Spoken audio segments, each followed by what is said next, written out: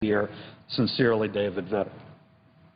And I ask unanimous consent, Mr. President, to submit this as part of the record. Without objection. Thank you, Mr. President. So, Mr. President, that lays it out clearly. I think this is an important debate that the American people care about. As I said in the letter, millions of Americans face real dislocation and pain under Obamacare. They're losing, in millions upon millions of cases, the health care plan they wanted to keep and that they were promised they could keep. They're losing their ability to see the doctor they love and that they were promised they could continue to see. That number in Louisiana alone is 93,000 families. They face skyrocketing premiums in many cases. And yet, as all that goes on, Washington enjoys this Washington exemption from Obamacare. And some members of Congress in particular, apparently, according to press reports, that includes the Majority Leader, Mr. Reid, are using this end run around the clear language of the Obamacare law and exempting much of their staff. And so I think it's incumbent on the distinguished Majority Leader to come clean, to answer these four very legitimate, very straightforward questions in an open, transparent, written and straightforward way. I'm sorry he couldn't join me on the floor right now to discuss it. I would welcome that conversation at any point in the near future, and I certainly look forward to his written responses to these questions. I think the American people deserve, at a very minimum, that. And I also think they deserve, at a very minimum, what I've been fighting for months, fair up or down votes on my Show Your Exemptions proposal and no Washington exemptions from Obamacare proposal. The first is real simple. It simply mandates that every member disclose how they're handling their office. Same sorts of questions, goes to the same sort of information I'm asking directly of Senator Reid.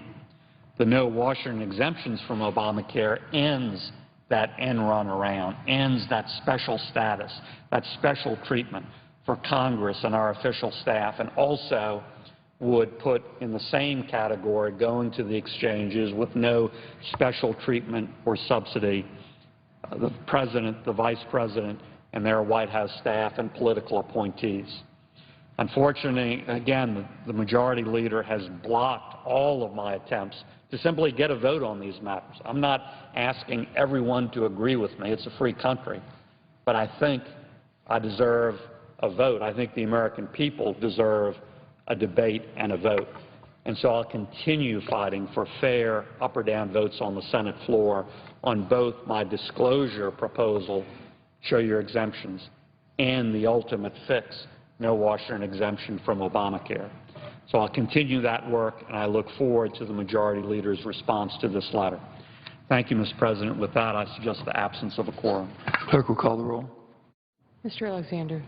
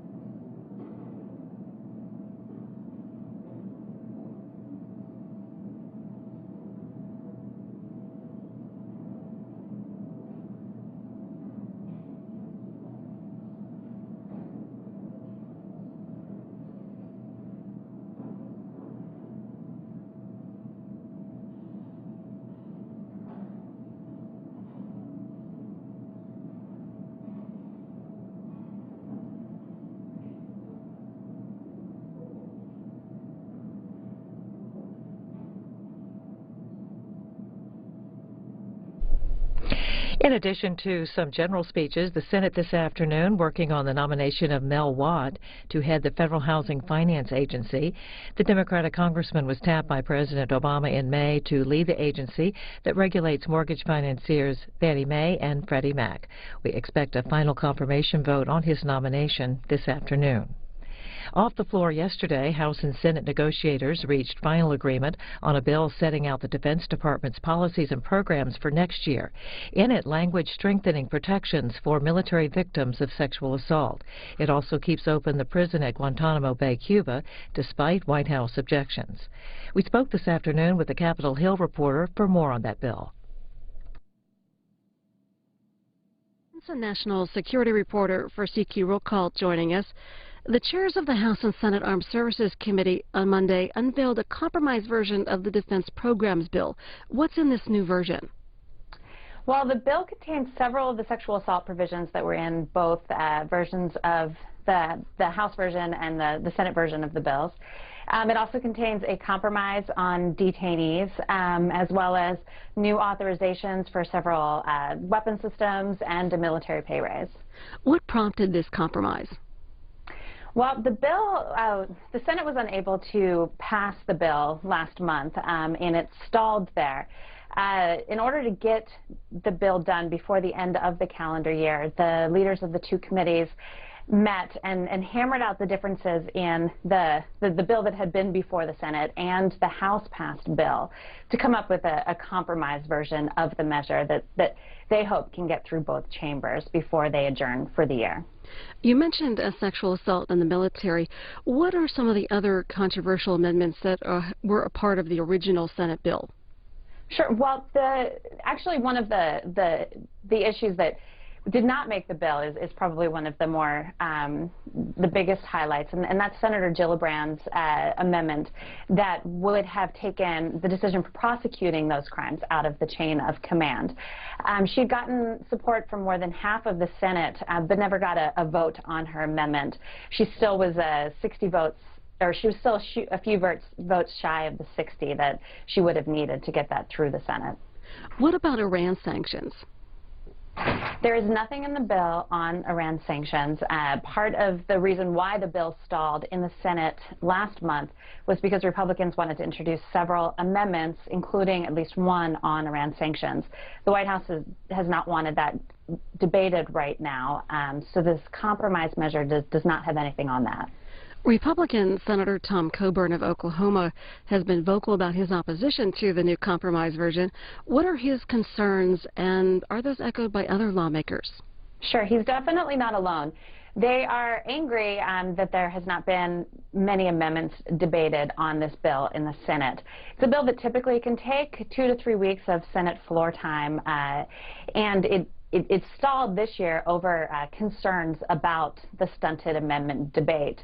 Senator Coburn has 8 amendments that he would like to see included in the bill, or at least debated, and many other lawmakers on both sides of the aisle have amendments that got scuttled. There seems to be concerns across the Republican Party that, that this is setting a bad precedent for the bill and that it's a path they don't want to go down. What happens if Congress is not able to pass the Defense Programs Bill before leaving for the holiday recess? Sure. Well, the bill does not expire at the end of this year, since it's not the end of a Congress. However, several authorities do expire by December 31st, and most of those involve special pay, including combat pay for members of the military, as well as some bonuses. Now, those could be made retroactive, which is a point that Senator Lindsey Graham, a Republican on the Senate Armed Services Committee, hinted at today. They could come back, debate the Senate bill, and then do a traditional conference between a Senate-passed bill and the House-passed bill, and pass a final conference report in January. However, there's concerns, Senator Levin, the chairman of the Senate Armed Services Committee, is concerned that pushing the bill into January will mean it never gets done. It'll get lost in next year's agenda. We've heard members on both the House and the Senate and on both sides of the aisle talk about that this Defense Programs Bill has been enacted annually for more than a half century. Why is that significant? Sure. Well, it's one of the few authorization bills, I think it might be the only authorization bill that has gotten passed every year for that period of time. It gives the Senate and House Armed Services committees a tremendous amount of power in their ability to prescribe Pentagon policy and set funding levels, kind of power that other oversight committees would kill to have. It's a bill that has a tremendous, the pay raises, the combat pay and the other authorizations in the bill make it a vehicle that most lawmakers would want to see go through every year. It's considered a must-pass piece of legislation. Megan Scully is a defense and national security reporter for CQ Roll Call. Thank you. Thank you.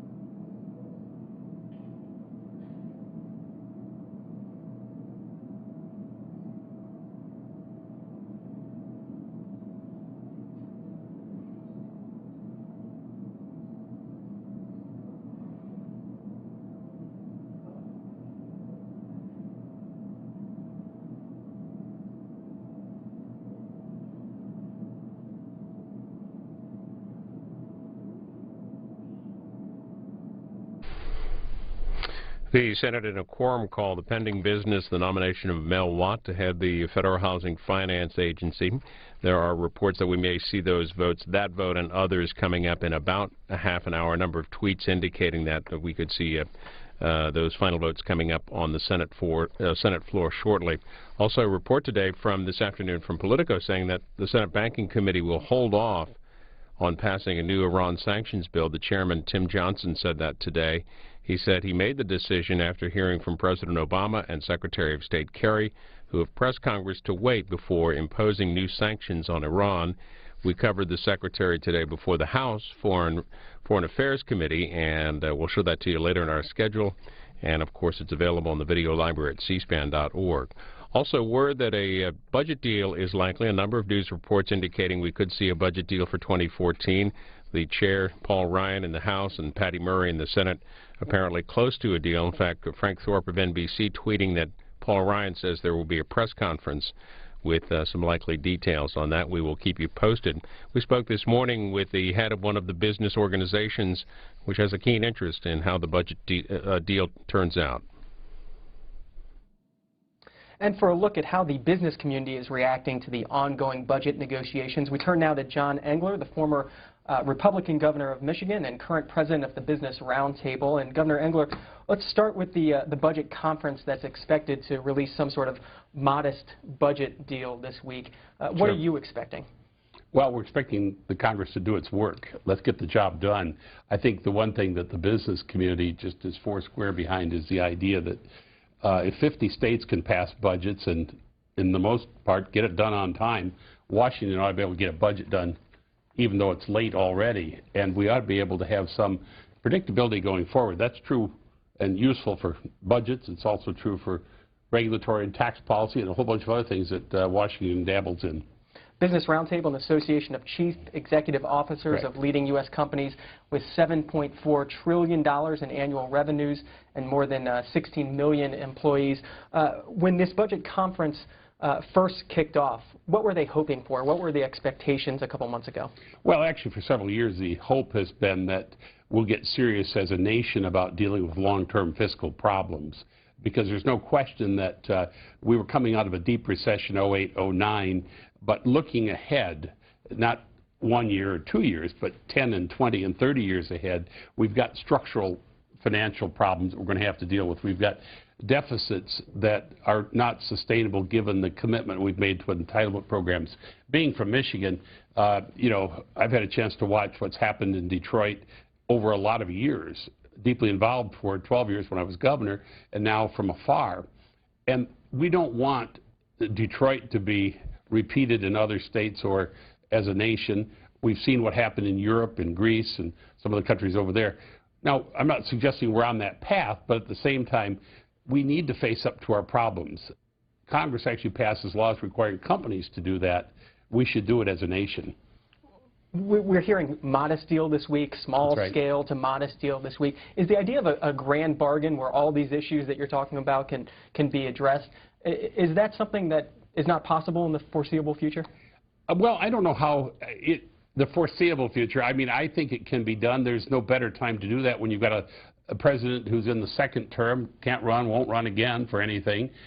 You've got a Congress where there's divided control. This is the time for the nation's leadership to come together. It would seemingly be the right time where everybody participates and we make adult decisions about the future.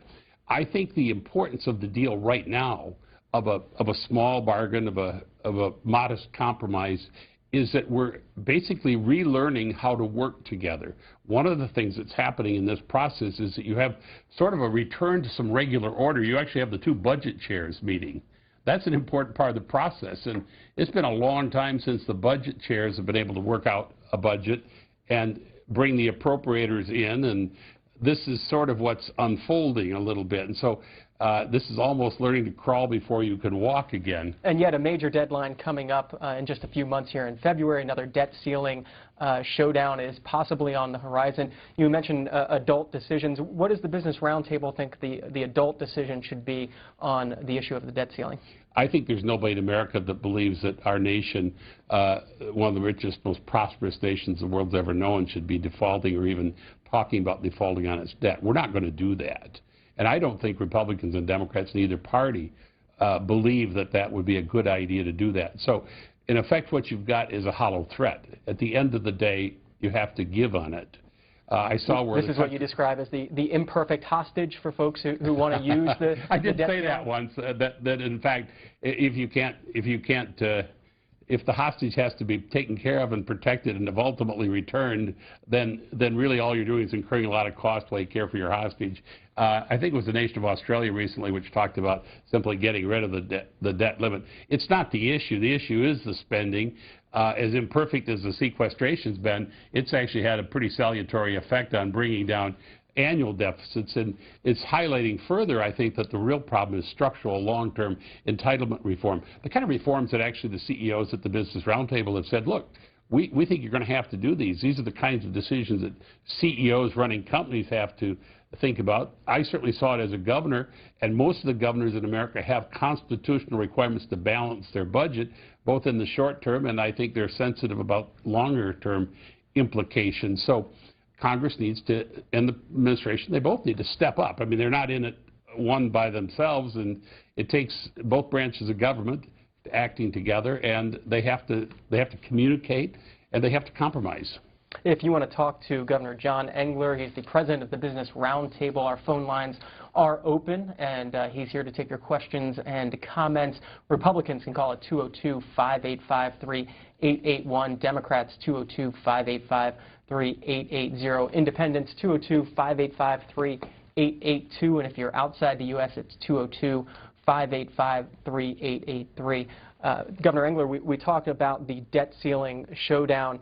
Let's back it up a little bit and look to January, where the current budget funding measure would run out. Do you think it's possible to see another government shutdown after what we experienced in October? I do not. I mean, well, certainly it's possible. I mean, obviously, all kinds of horrifying things would be possible, but I do not believe that it's in anybody's interest. It certainly isn't the nation's interest, first off.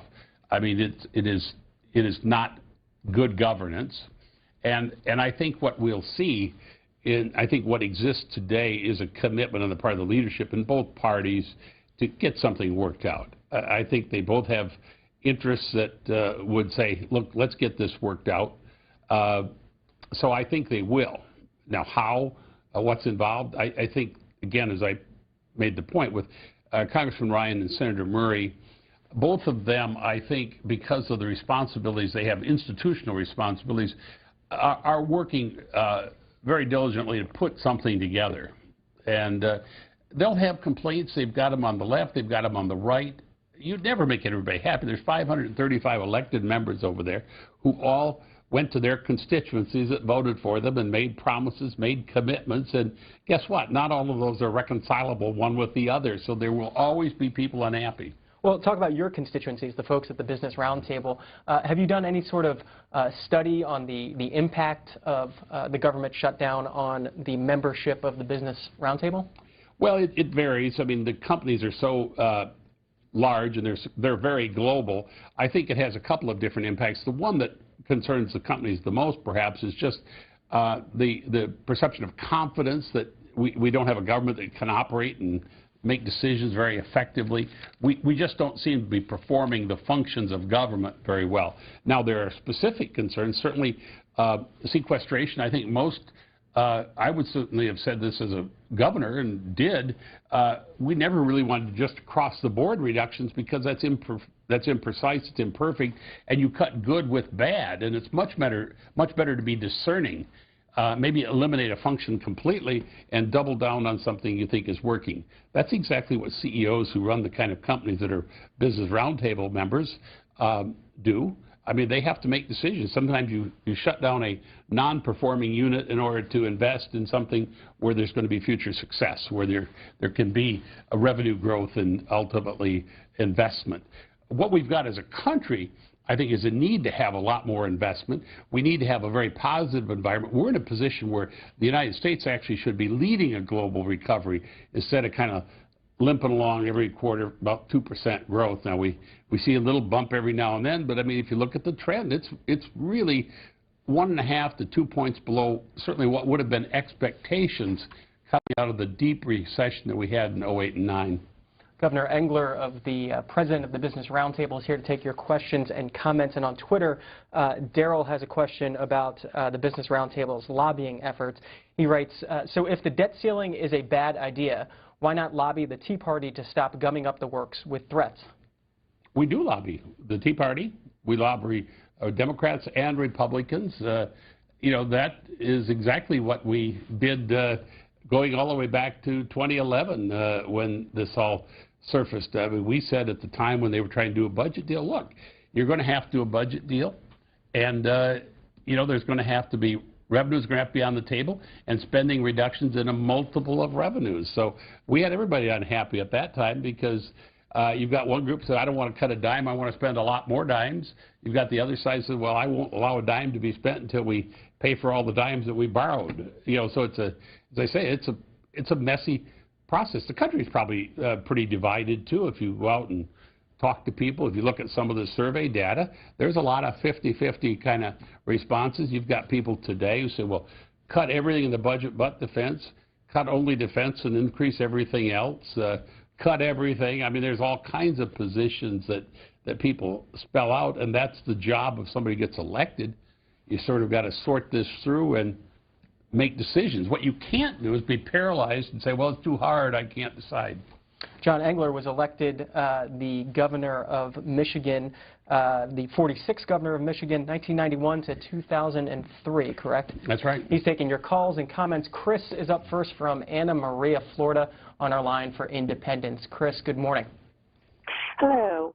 The more I'm listening, the more distressed I get. This is the first time I've ever actually called in to a show, but it's really, a number of things are aggravating, but let me tell you, right at the top of the list is one more person referring to entitlements as if that were a four-letter word. If you walk into a store and you pay for a product, are you not entitled to take it away with you? And that is how people get entitled to Social Security and to the Medicare that they pay for. It's not a four-letter word, and it was intended to be a trust fund. It should have been kept in a trust fund. Congress has been raiding that trust fund for decades. I don't know that much of the American public actually knows that. If you run the numbers, we wouldn't be this broke with Social Security or Medicare if the trust fund hadn't been spent on everything but. Chris, LMS on Twitter seems like he would agree with you. The LMS writes, long-term fiscal problems aren't due to programs that people paid for and are entitled to. The problems is the policies and agenda of Congress. Governor Engler. Well, let's try to sort that out, because I think, you know, entitlements is almost a term of art in here, but it really represents promises for future benefits for American, both retirees who have been required to pay into the Social Security system, and as our caller said, well, that's a trust fund, and that's been rated, and there's no question that monies that have been set aside have been used on a cash basis for other things, but the obligation's still there. If there were a dime in the Social Security Trust Fund, there would still be a pretty significant obligation that is calculable. And what we've done with a population as it gets older, just like a pension system really, you have fewer and fewer people paying in and more people drawing out. And one of the things that they've even struggled with is they use what every economist would say is an imprecise measure of a cost of living adjustment to Social Security. The president recommended fixing that. That's had resistance, actually, from members of his own party and from some in the Republican Party. But it's a smart thing that should be done simply because it is the accurate math. But if we think about both Social Security and the real cost, actually, it's not Social Security. That fix is pretty easy, pretty straightforward. I mean, one of the things that the caller didn't mention but always needs to be brought onto the table is when Social Security was set up, everyone knows sort of the demographic analysis at the time. You got benefits for later in life, but the life expectancy of the time of the enactment of Social Security was about the time when the benefits started. So today that's 20 years longer, and yet we didn't change the system to account for that, so that results in more demand for what is turning out to be an inadequate amount of money set aside. The real cost is over, of course, in the healthcare system, in the Medicare system, and those costs. And again, nobody foresaw what those costs would be. Nobody foresaw at the time the systems were being set up how long people would live, how much expensive care would be there, and how much in particular of that care would be there in, say, the last 6 months, the last year of life. So you have tremendous costs. We promised to pay for those costs, but we didn't set aside the money to pay for the promises. This is no different in some respects. I mean, there are different programs and there are different histories to them. But, I mean, the Detroit retirees today are facing a terrible conundrum because they worked, in many cases, all of their working days for the city and then find themselves today in bankruptcy because the funds that were supposed to be there to pay for their retirements aren't. And they have a unfunded liability. And so the question is, if the city doesn't have the money, and in Detroit you can't print money, you actually have to have taxes, and they're at the highest levels, or you've got to have income transferred from the state or the federal government, and that's not very likely or very easy. How do you pay the benefits? And that's exactly what could happen someday, and that's why people say, look, long term, the balance sheet needs to be worked on. And the tweeter that said, well, these are promises, that's in effect what's happened. I mean, there have been promises that we will write checks in the future without putting aside the money to pay for those checks. John Engler is the former governor of Michigan and current president of the Business Roundtable, taking your calls and questions on a number of subjects this morning, including the ongoing budget negotiations on Capitol Hill, fiscal outlook on Capitol Hill and around the country. Barry is up next from Houghton Lake, Michigan, on our line for Democrats. Barry, good morning. Good morning. Mr. Engler, on your Business Roundtable, how many discussions do you guys have on the damage that these corporations have left the country? I've been on one of these jobs that have been laid off, so I know the impact from it. But what is the impact and how much responsibility does the business world take from 56,000 jobs leaving this country, 56,000 corporations leaving this country in the last 10 or 12 years? What's the responsibility do you guys feel as a Business Roundtable? How can that stop? Well, that's a good question, and our caller from Houghton Lake, Michigan, raises a good point. One of the things I've been very concerned about, just going back to 2000, about a third of all the Fortune 500 companies that existed were headquartered here in the U.S. Today, that's down to a quarter. We've had a decline in the number of headquarters of major companies that are here. One of the reasons that we're so ardent about tax reform and a number of these other issues is that, I mean, companies aren't governments. I mean, companies are owned by shareholders. The boards of directors are accountable to those investor owners, and a lot of those investors are pension funds, other big retirement systems, or mutual fund holders. So they're trying to make a return, and as a result, they're investing in places all over the world. And today, many of these companies, if you're selling consumer products, about fewer than 5% of the world's people live in the United States, so 95% of those customers are out around the world. You go after those customers. Can you make everything here and sell everything elsewhere? Probably not. I mean, trade is always two-way. But what you want is to have an advantage so that the government of your home country is sort of on your side and saying, let's go out and take on the world. And that happens in a lot of places around the world. But one of the things that President Obama's Commission on Jobs found is that perhaps the most hostile relationship between business and job creators that exists in the world is here in the United States. So in effect, if you're going to go compete globally, the first thing you have to do is take on your own government, and then you have to go out and take on the other government and the companies in those other nations. So how does your group recommend changing that relationship? Well, we would say, look, there is an opportunity. We think the energy advantage that the United States has today is, for example, almost once in a lifetime. And here it is, with all of the natural gas that we're finding, all of the unconventional recovery of oil. Let's bring investments then. That'll help reduce the cost of manufacturing. Let's get these plants permitted. we would say let's build things like the Keystone Pipeline. I mean, the gentleman talks about jobs that could be here. Those are jobs immediately that could be there. But there are a lot of other plants that could be built. There are trade policies. I, just before coming on the show, talked to U.S. Trade Ambassador Michael Froman, who's coming back from Asia, where we've agreed at the WTO on improvements in trade facilitation among nations. We've been a trading nation. We used to have trade surpluses in a lot of areas. Some of those can be built back. We can start to bring production, as Caterpillar has done, from other countries back to the U.S., as some of the auto companies have done. So this is a volatile and fluid situation, and I think if we compete better, we would also say reform the tax code. We would also say immigration reform is high on the list, because what you need are talented entrepreneurs. And I think at the end of the day, if we really want to make a statement about the future, we've got to have a K-12 system that graduates everyone, no dropouts, and that our graduates, when they go off to college, are ready to take on some of the STEM subjects, that they're prepared to go to college without needing remediation when they get there. If you want to talk about any of those issues that John Engler just brought up that the Business Roundtable is involved in, give us a ring. Our phone lines are open. Larry is on our Independence line from Arizona. Larry, thanks for calling. Thank you. One question I have, we're $17 trillion in debt. And that debt does not come from Social Security or Medicaid. Why not quit spending the $17 billion you spent on a couple wars and tax breaks and everything else? If I'm going to go in debt, let's be on Social Security and Medicare. Thank you.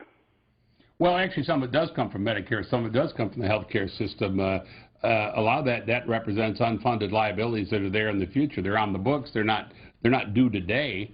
Some of it represents other programs. But I mean, if you could look on an annual budget basis, I mean, we've seen the deficits actually coming down. I mean, the president time mentions that. That's true, because that's what the sequestration accomplished. I would, of course, if everybody, if they had a government of one, would make a lot of different decisions, and they would be, I would think, mostly in line with what their thinking would be. But in my case, I'd certainly like to see us successfully investing in more of a research investment in science. I think that's going to matter in the future. I'd love to see us, the president the other day was talking about some of these agencies that don't work very well. Well, then let's reorganize the government and get rid of agencies that don't work. Let's streamline. We've got 5,000-6,000 data centers, and technology is being used by companies all over the world, but especially U.S. headquartered companies to improve their productivity.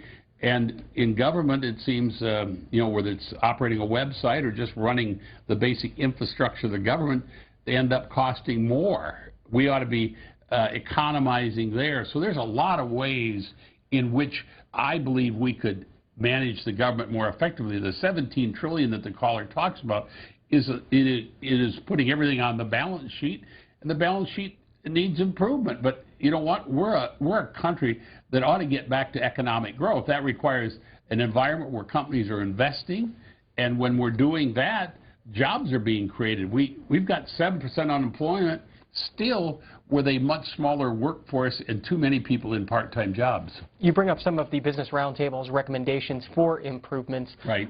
Ariel Baum on Twitter asks about the history of your group, says, where were these experts in the Bush spending years? Saying the same thing. Now, I wasn't at the Roundtable in those days, but I think the Roundtable's only been around since the 70s, formally organized. And at the time, when it was organized, I mean, the issues were trade and taxes, wanting, again, to think about how can U.S. headquartered companies compete and win. This is a global competition today. I mean, it's sort of, we understand the Olympics for sports. The Winter Olympics are coming up here pretty soon. But, we have every day the Olympics for jobs, the Olympics, the economic Olympics. Who's got the best environment?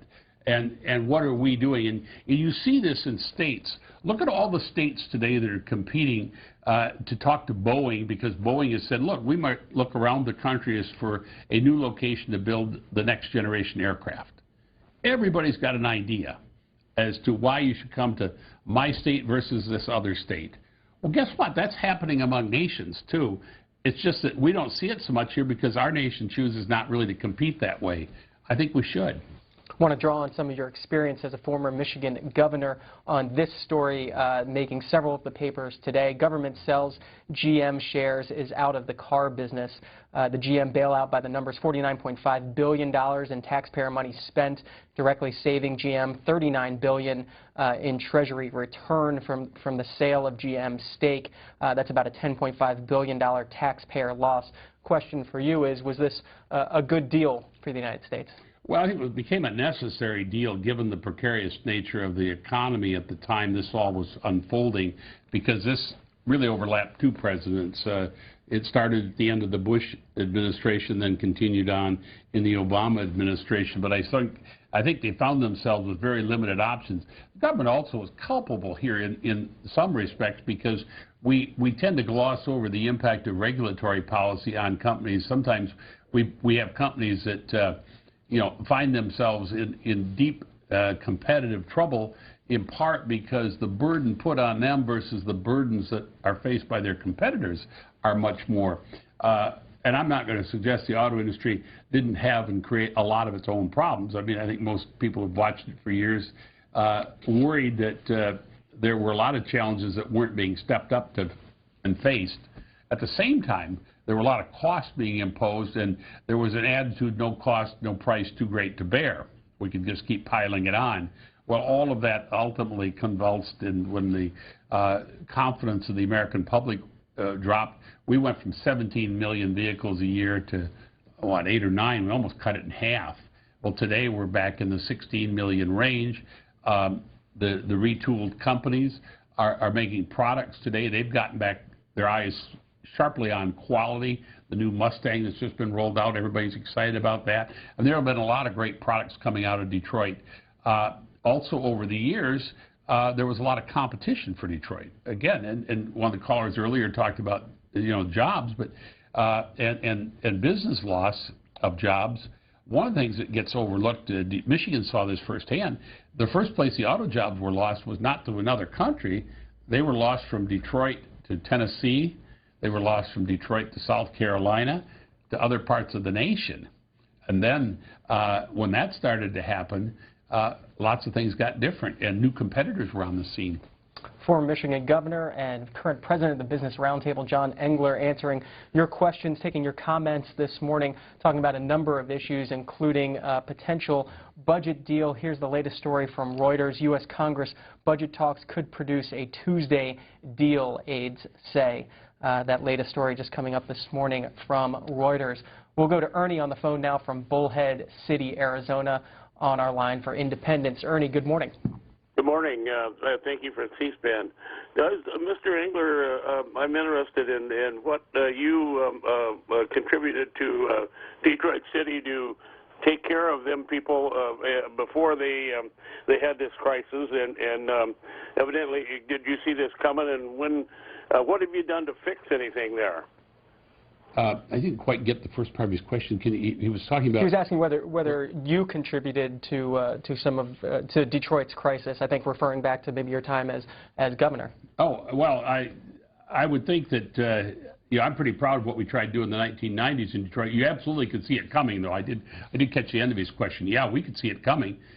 In fact, we worked with the leadership of the city at the time to try to stabilize some of their revenues, and also to try to they were unbelievably overtaxed.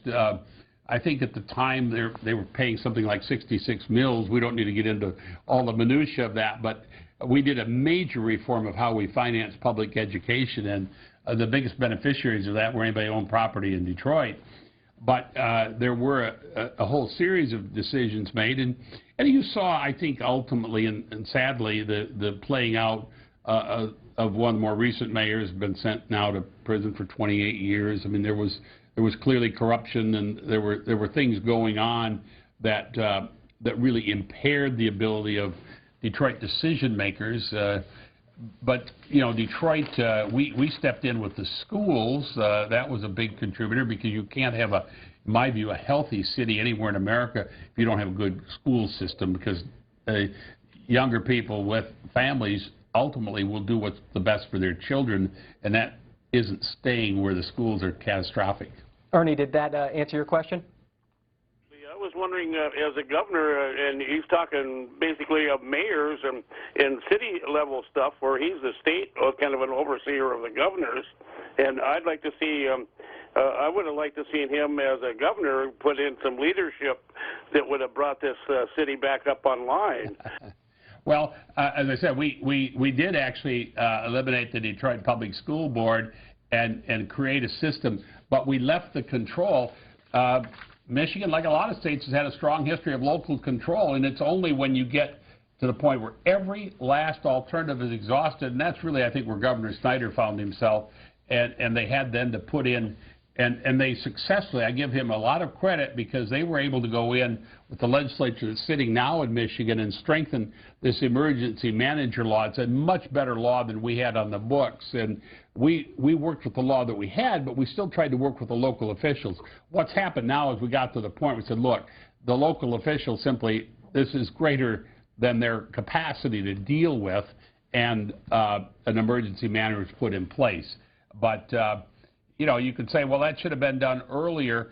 Even today, there are people who think in Detroit who believe that, well, bankruptcy is really not necessary. Isn't there another way? Well, you can imagine 20-some years ago when you were talking about the fiscal condition, people didn't believe it. It's a lot like Washington today. People, I mean, we'll have calls yet on this program. They say, well, there's no real problem, is there? Just raise taxes or just do this or just do that. You know, and sometimes you just have to bring people along. And we tried, and we, particularly with the schools, because we had the test results, we knew we had trouble there. But sure, I wish we could have done more, but it would have required taking the control away from the local officials, and I'm not sure that, you know, there were a lot of barriers that stood in the way. Detroit finally got to the point where those remaining barriers came down. The governor had no choice but to act. And I would say that even though there's dissent, he probably has the support of a majority of people in Detroit who want their lights to come back on, they want their public services restored, and they want honest government. John Engler, the governor of Michigan, Republican governor of Michigan from 1991 to 2003. We've got a few minutes left with him in this segment of the Washington Journal. Coleman's up next from Georgetown, Texas, on our line for Republicans. Coleman, good morning. Good morning. The Republicans are at a huge disadvantage in the government shutdown negotiations, and that showed it in the last round, because they generally represent the earning class, and the Democrats represent the spending and the taking class. And any time in any family, it's easy to be a spender, and it's hard to be an earner. And they had a Democratic congressman on, and he's indicating he's kind of rooting for another round of shutdown to get off of the problems the Democrats have with big government health care and implementing that. So how do you educate the public on these positions? Because spending is easy, and this is the real problem. That in any shutdown negotiations, you can shut down the administration.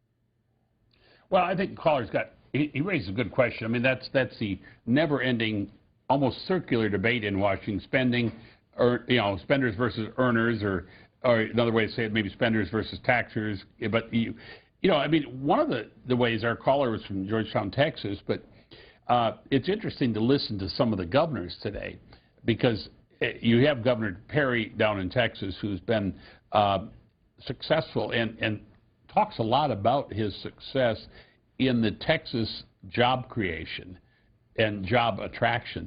There are companies that move to Texas because the state doesn't have an income tax, because they're fiscally responsible in the way they manage their affairs. There are companies that move away from, say, California because the regulatory process is too burdensome. The litigation environment is excessive. So all of these things, you can see it playing out at a micro level, if you will, state to state. And I think that's part of how you explain this. I mean, you just have to say, we ought to do more of what works. And stop doing those things that don't appear to work. And there are object lessons. Clearly, you wouldn't want to run a city the way Detroit. New York is going to have an experiment. They've changed a little bit of a direction with the new mayor. Will things stay the same? Will they continue to improve, or will they revert? We don't know, but you'll see those lessons. And I think sometimes showing is the best teaching. While we have you, I want to give you a chance to talk about your Business Roundtable survey of CEOs, specifically looking ahead and what CEOs see as the current cost pressures facing their company. We hear a lot about healthcare costs and potential healthcare costs, but healthcare costs came in third in ranking behind labor costs and regulatory costs as sort of the cost pressures that CEOs are feeling. Talk about that. The healthcare costs, I think, have been high for a long time because the kind of companies that are in the Business Roundtable, we had the perfect group, I suppose. 100% of our members offer and provide health insurance for their employees. That isn't the case everywhere in America. So at the same time, many of those benefits plans were among the best that are available. I mean, you wanted to be working for, the auto company or for Caterpillar if you want a great health plan in some of these communities where they're doing business. So I think that, there's a concern about healthcare costs, but it comes in third because you're kind of saying, looking ahead, what are you really worried about? Well, they're really worried about regulatory costs. That was a cost pressure. The survey, we've done this survey now, we're in our 12th year. Every 3 months, every quarter we ask. And it's been pretty consistent as a look ahead. One of the things that I was disappointed in is the fact that, the GDP growth has been pretty flat. I mean, they're looking at next year's projection about 2.2%, a little below where some of the professional economists in town, some of the consensus estimates are.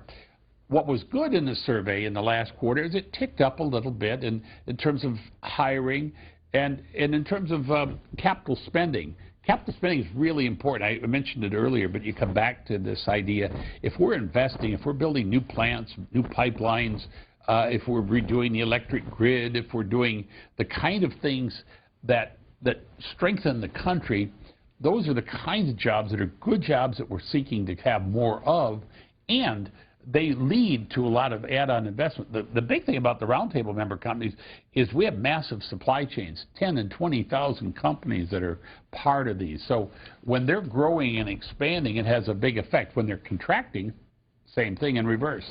Give you one last call. John is waiting from Putney, Vermont, on our line for Independence. John, you're on with Governor John Engler, president of the Business Roundtable. Yeah. Hello? Go ahead, John. Go ahead, John. Yeah, thank you for taking the call. Mr. Engler, I guess I go back to the second caller making reference to Medicare and Social Security, especially Social Security, in that we pay into Social Security. We pay. The government's not borrowing money. It's not money that's supposed to go for anything other than us in our older years. You said, well... The senator from Hawaii. Mr. President, I ask that the quorum call be vacated. Without objection. The question is on the Watt nomination.